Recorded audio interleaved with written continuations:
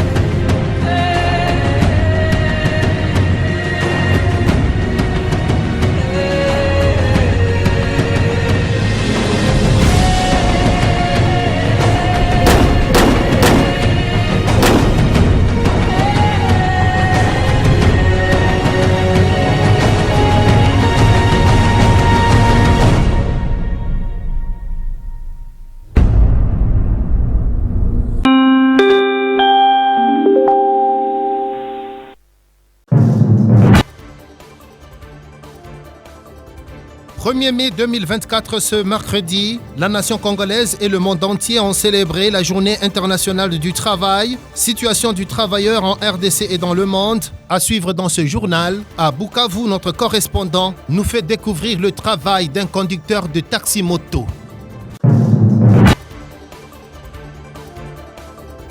À Beni, dans la province du Nord Kivu, une position des éléments des forces de l'ordre a été attaquée dans la nuit de mardi 30 avril à ce mercredi 1er mai 2024. La police nationale congolaise a arrêté les présumés auteurs. 11 personnes en tout retrouvées dans une maison où elles s'étaient cachées. Mesdames et messieurs, merci de nous retrouver pour cette édition du journal. Bonne fête de travail pour tous les travailleurs de la République démocratique du Congo et du monde entier.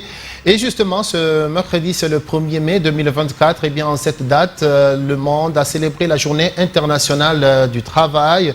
L'occasion a été saisie par les syndicalistes de partout, des différentes structures, de réfléchir sur l'amélioration des conditions des travailleurs en République démocratique du Congo. Ceux qui ont été interrogés sont revenus sur l'impérieuse nécessité d'améliorer les conditions des travailleurs qui sont très précaires en République démocratique du Congo. L'interpellation faite au gouvernement central surtout. Amina Mouancha et Timothée Piamboula. À l'occasion de la célébration de la Journée mondiale du travail en République démocratique du Congo, plus d'un se pose la question de savoir si sa rémunération est à la hauteur du service rendu. Un moment de réflexion pour ces syndicalistes qui exigent de l'État congolais une amélioration des conditions de vie des travailleurs. Lorsque vous prenez tous les travailleurs, vous allez vous rendre compte que le SMIG est véritablement insignifiant. Et donc quand on parle du travail décent, parce que c'est le thème international, et le thème national revient sur la paix et la sécurité, je crois qu'il est important, plus qu'urgent même, qu'on puisse revoir, repenser notre système, notre barème salarial.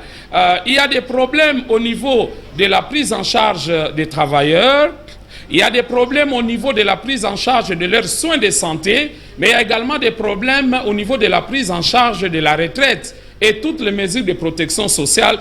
En visite à l'occasion de la célébration de la Journée mondiale du travail, à la radio-télévision Groupe L'Avenir, RTGA, Grace Chako et Jean-Pierre Katenda parlaient de la situation du travailleur en RDC. Ce n'est pas simplement un jour férié ou un jour il faut rester à la maison, mais ça doit être un jour où nous devons méditer, où nous devons réfléchir sur les conditions de travail en République démocratique du Congo. D'abord, est-ce qu'il y a un taux suffisant de ceux qui travaillent ? Le taux de chômage est tellement élevé, il ne s'agit pas seulement de la ville de Kinshasa. Tous ceux qui finissent dans les universités chaque année ne trouvent pas l'opportunité d'avoir un travail directement. Et s'ils en trouvent, ce n'est pas non plus un travail décent ou adéquat ou répondant aux besoins directs dont ils font face dans la société. Il faut aussi se dire, est-ce que ceux qui travaillent dans de bonnes conditions? Ont-ils signé de contrats de travail? Sont-ils assurés? D'abord, souhaiter une bonne fête de travail à tous les travailleurs de notre pays, malgré que les conditions de travail ne sont pas réunies dans notre pays. Il y a les efforts qui sont fournis, mais les efforts sont encore faibles à moins de 10%, 15%, puisqu'il reste encore beaucoup à faire. Notez que c'est par le travail que l'homme se forge pour être utile dans la société. Et si cette journée internationale du travail existe, c'est tout simplement pour faire en sorte que les anciennes mauvaises conditions de travail qui ont existé, qui heurtaient même la dignité humaine, ne puissent plus se reproduire.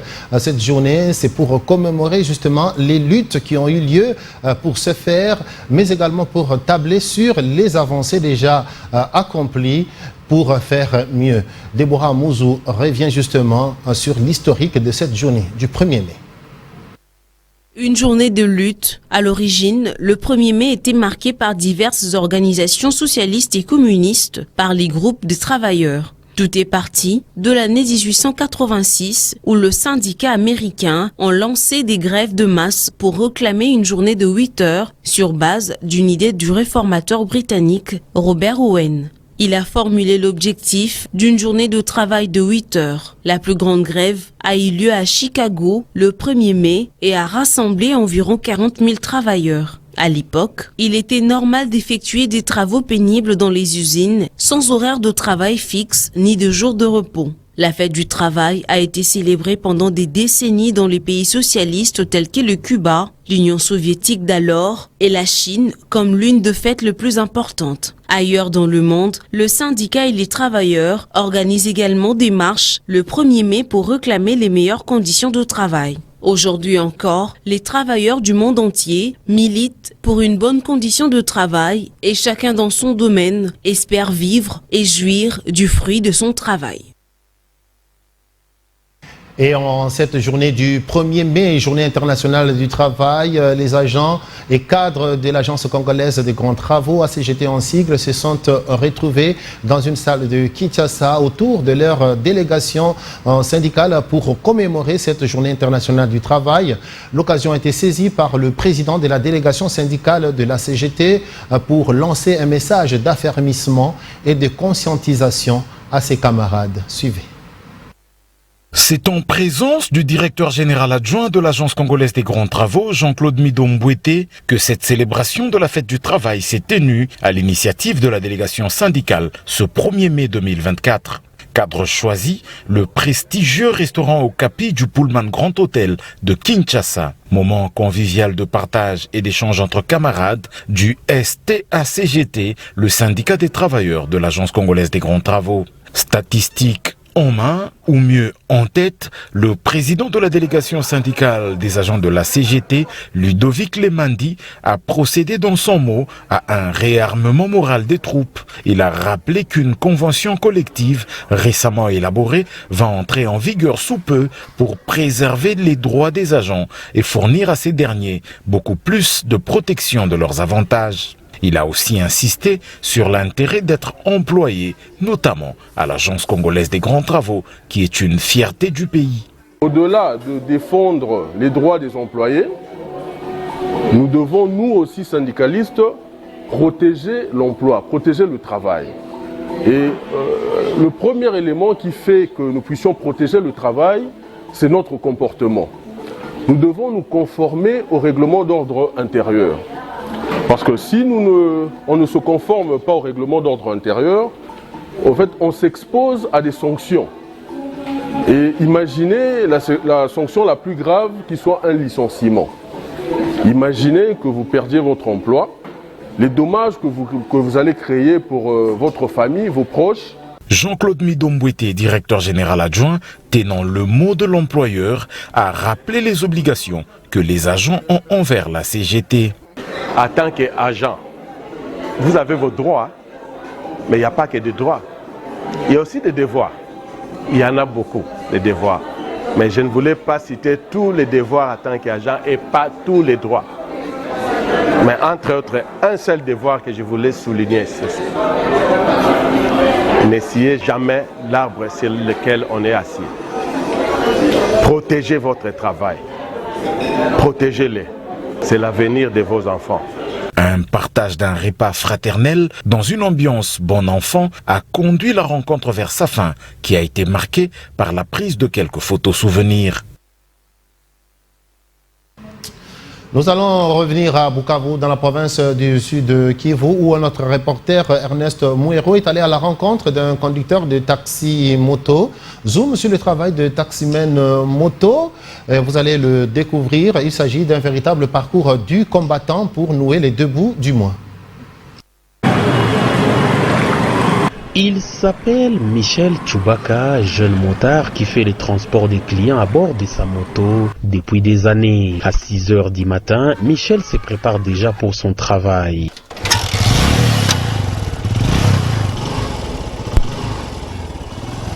Il s'agit de ne pas louper les clients qui sont matinales. Conduire une moto n'est pas tâche facile. Pour lui, ce travail est un mélange de passion et de débrouillardise. Au demeurant, c'est le seul moyen qu'il a pour gagner sa vie et aider sa famille. Après mon obtention de diplôme, j'ai bon jugé d'être motard au lieu que je reste chômeur au quartier. Sinon, on m'accuserait de vol. J'ai une femme et des enfants. À travers ma moto, je me réveille le matin, je me rends au travail et ça me procure à manger parce que je dois quitter le boulot vers 18 h.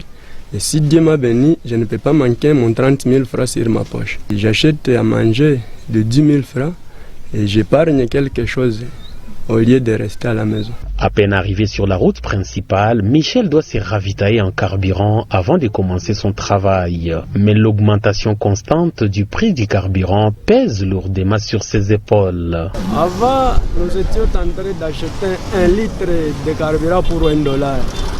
Pour le moment, les carburants deviennent déjà plus chers qu'avant. Malgré ces défis, Michel aime son travail et garde ses yeux rivés sur l'avenir. Selon lui, la stabilisation du taux du dollar et l'amélioration des conditions de travail des conducteurs de moto peut faire à ce que ces métiers pourtant négligés soient rentables. Il encourage d'autres jeunes à devenir motards comme lui, au lieu de sombrer dans le banditisme. Au lieu de vagabonder en cours de route, vaut mieux de prendre la moto parce que c'est aussi un métier parmi les métiers. Je suis indépendant à travers mon travail. Il n'y a pas de sot métier, dit-on. Ils sont des milliers de jeunes et responsables de familles dans la province qui vivent de ce travail des taxis-motos.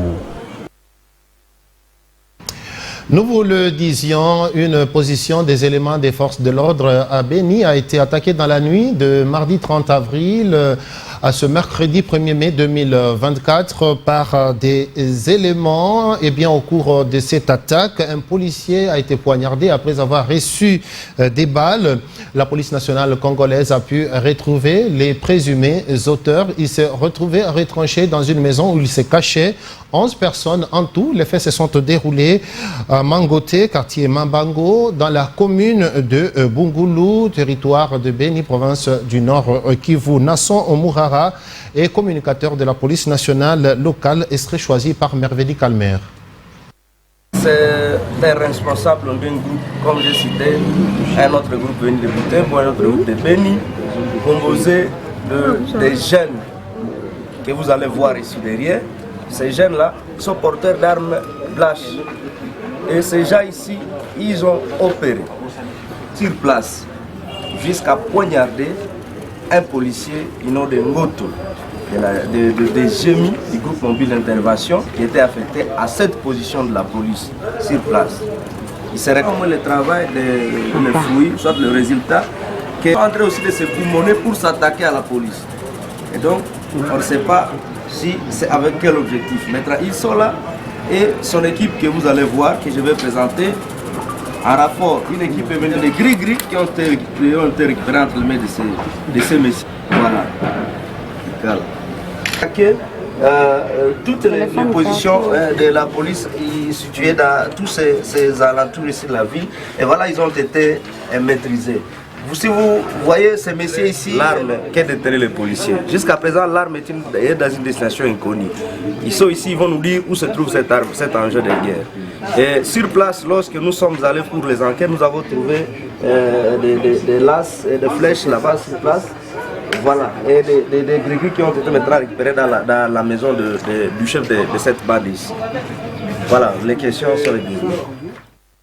Et la gestion de la ville-province de Kinshasa repose entre les mains du nouveau gouverneur Daniel Bumba Lubaki, une nouvelle figure pour plusieurs Kinois. C'est ainsi que la rédaction de Digital Congo vous propose quelques détails sur la personne de Daniel Bumba, porteur d'un programme Kinshasa Ezo Bonga, Ruth Moussana et Rosie Moutela.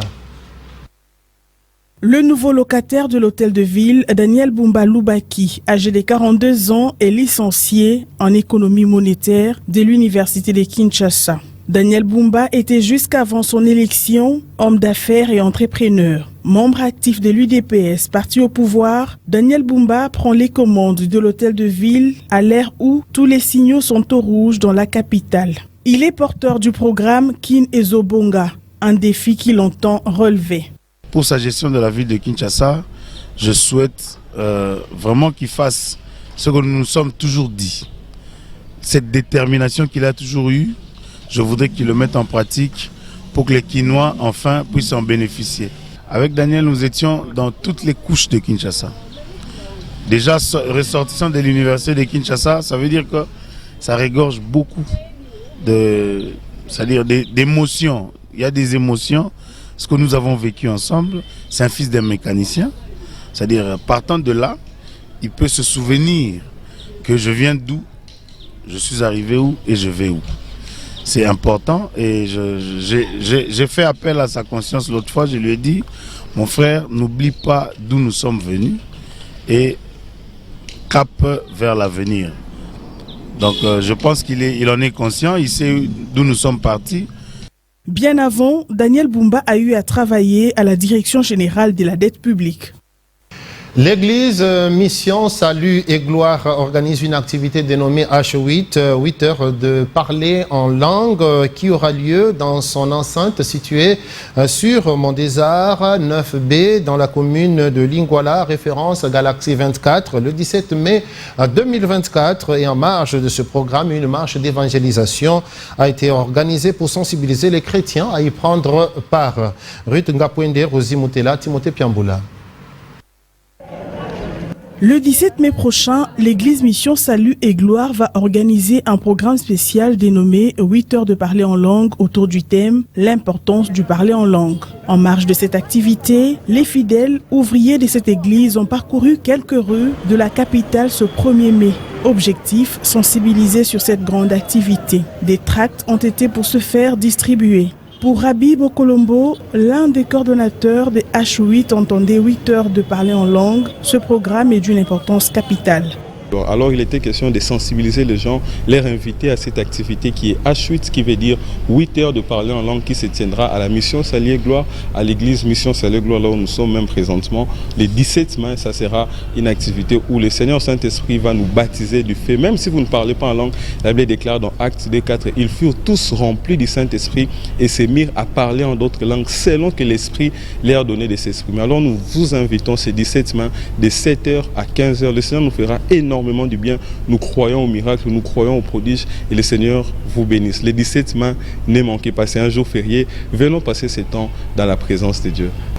Faisons d'une pierre deux coups. Tout au long de leur parcours, les gagneurs d'âmes de l'église Mission Salut et Gloire ont prêché la bonne nouvelle. Ici est dénoté que le programme 8 heures de parler en langue va se dérouler au temple de l'église Mission Salut et Gloire au numéro 9 de l'avenue Mont des Arts dans la commune de Lingwala.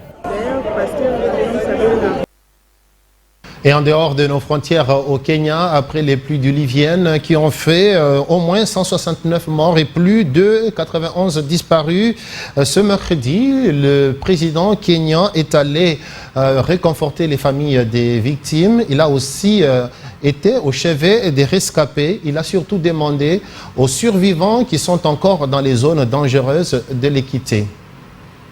Les pluies torrentielles et les inondations meurtrières qui frappent le Kenya depuis le mois de mars sont parmi les plus catastrophiques que le pays ait connu ces dernières années. Le président du Kenya, William Ruto, s'est adressé aux survivants de l'inondation du village de Kamushiri. Il a ordonné l'évacuation de la population dans les zones inondables. Dans les 48 heures à compter de demain, toutes les personnes vivant dans les zones riveraines devront quitter les lieux. à Nairobi et dans tout le pays parce que nous ne voulons pas continuer à perdre la vie de nos citoyens. Nous mettrons en place des plans adéquats pour les nourrir, les abriter et leur fournir tout ce dont ils ont besoin.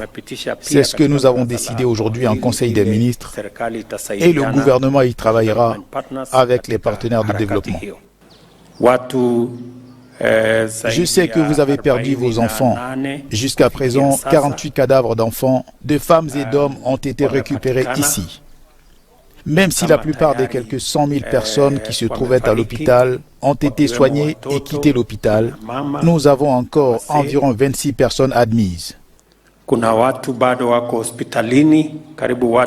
Selon le dernier chiffre du gouvernement, le pluie diluvienne en fait au moins 169 morts et plus de 91 disparus. Page internationale de cette édition du journal qui porte la signature de Déborah Mozou. Fin également de ce journal. Merci à vous de nous avoir suivis de partout où vous vous retrouvez. Bonne suite de programme sur nos antennes de Digital Congo.